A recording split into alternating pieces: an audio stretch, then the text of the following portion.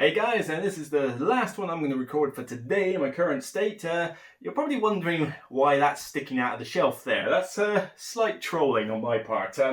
Somebody commented on a recent video where it's like, I didn't want to be that guy, but it's upside down! How dare you, it's upside down! How dare you, it looks wrong! It's like, I honestly don't care when it goes on my shelf, whether it's upside down or not, as long as things aren't falling out everywhere. But I thought I'd leave it stuck out there just to troll a little bit. But there you go. There you go, it's the right way up now. We're talking about this shelf now though. 16, 20, 24, 26, number 26. Just two games to talk about from Awaken Realms. First up, this war of mine. Would you like one of the most atmospheric thematic games you can ever play? Then look no further. However, you must also ask yourself, are you susceptible to depressing themes? Because this is probably the most depressing thematic game you will ever play. Personally, I play it and I get a kick out of it and I enjoy it, but the theme on this is dark. This is the gritty, horrible side of being the victims of war. And it basically has you playing various survivors as you go through a scenario. With the expansion, you get more scenarios. The base set, I think, is just a standard game. But much like the PC game of the same name, I think this one came first. No. The Steam game, I think, came first, and this is based on it. But same sort of deal. The survivors have to get through day by day, scrounging for food, medicine, scavenging for stuff in local locations, surviving raids at night, and like scrapping around just for stuff. Just try and survive. And this is a hard game. This one will butcher you many a time. But to be honest, it's not really about winning it. Granted, if you win it, fantastic, but it's more the experience. It's the story behind it. And even if I lose this game, I feel like, you know what, it was a good ride and I tried my best. People have got me playing Don't Starve Together, which is a Steam game, which is pretty much a survival game. You don't really win the game in that one, at least not unless you've done fantastically well. You keep going until eventually you die. But it's a case of the experience of doing that, and that's what this is kind of like as well.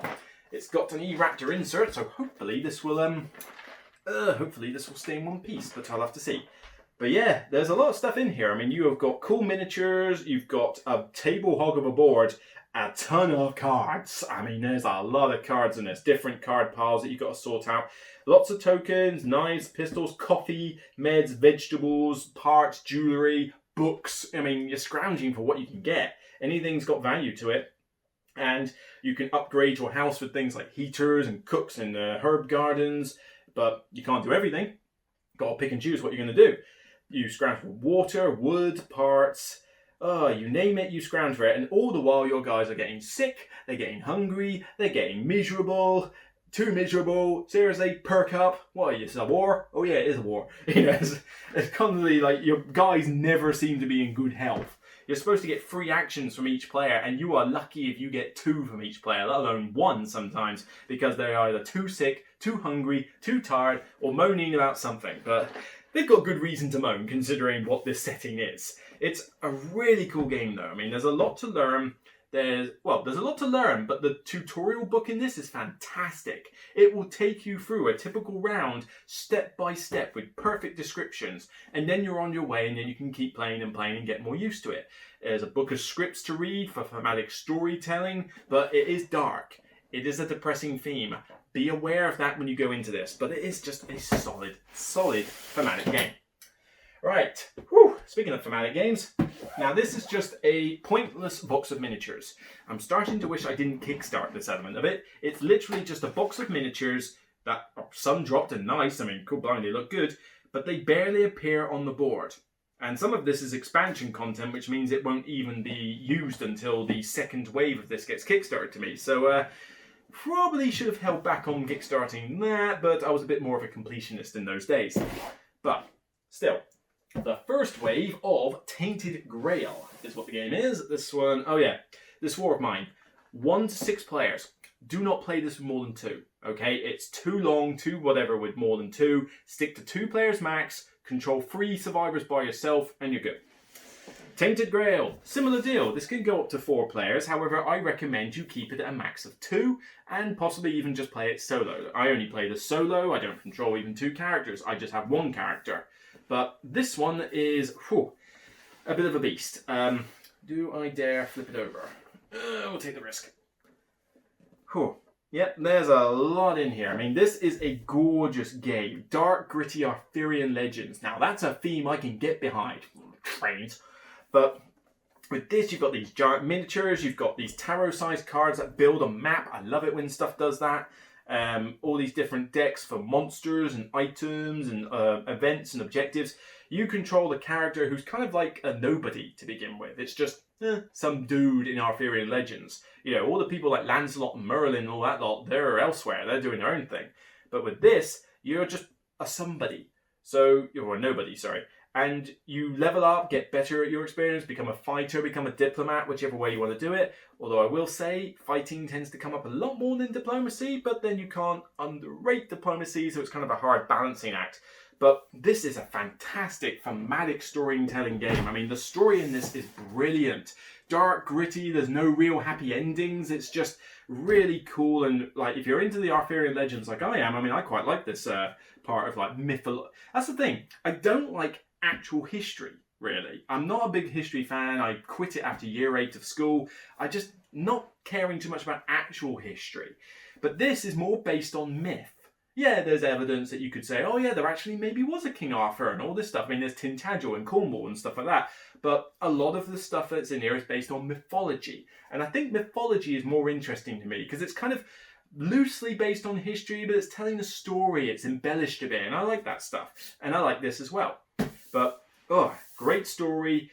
Bit of a bugbear to learn as you're playing the game, remembering all the rules, but it has a fantastic tutorial in here where you can play through like a mini mission and get used to the game. Brilliant, recommend it. But it is just really solid. I enjoy this. There is, however, one critical flaw with this game, and it has put me off playing it occasionally until I house ruled it. You need to be aware of this. There are these things called menhirs or whatever, big statues that you're supposed to activate as time goes on to move across the map, because you can't unless you do it. It's kind of on par with something like World of Warcraft grinding for pieces, for components. It is a slog to constantly activate these menhirs. I mean, to get across from one side of the map to the other, you sometimes have to activate about 6 of the ruddy things. And it's a pain to do it because it drains your resources, and then you get to the next one, you go, oh, I'm short on food, well, I better go grab food, that'll take me some time, then I'll go to the next one, oh, I'm short on magic, I better grind for magic, oh, I've run out of food again, I better grind for food so I can live, and it is a painful slog. House rule the menhir thing, otherwise you will get put off by it. Personally, I think they have like a range all the way around them with 1. I personally extend the range by 2. Sorry, extend the range to 2. So they have a range all the way around it, as well as all the cards around that. So it's a long range, but you don't see the location unless you go and explore to it. So it's not like you can see the entire map just from one menhir. And the idea of that, though, is that it cuts it in half the amount of menhirs you have to activate. So it means that you're not having to do 6 menhirs to get across the area, you're only doing 3. It doesn't unbalance the game at all because, frankly, you're just like, got resources, no resources, got resources, no resources, got resources, no resources, you know, while you're doing the menhir move. And sometimes you get to the other end of the map and you realise you didn't even need to go there. This thing does not hold your hand with the story. It just basically says, go achieve this. How? Good question. I have no idea. You are left to your own devices. So to spend all that time grinding just to get into a situation where it doesn't matter is painful. And I know it sounds like I'm ragging on the game. And to be honest, it kind of is like a 7 or 8 out of 10 for me. I mean, it's a cool game and it's got wonderful story and theme, but you have to correct that menhir slog. And I'm hoping that when Wave 2 comes out with the other campaigns, that it will either have got rid of the menhirs or it will have rectified that in the rules. I hope they'll take some of that feedback on. But like I say, that aside, this is still a really cool thematic solo game. So, Tainted Grail. And that's it for that shelf. I'm going to take a break, I think, for today. We're going to move on to Days of Wonder in the next shelf. Shelf and a half, actually, is Days of Wonder. with a side helping of tasty minstrel games. And once we get done those two, we move on to Vital Lacerda Eagle Griffin and a bit of Mind Clash. You know, we're going to get onto some very heavy games to talk about soon, just to prove the fact that I actually do like heavy games. But for now, I'm going to take a break and rest my throat. So take care, I'll see you on the next video. Thanks for enjoying, and just keep in touch. Keep in touch, let me know how things are.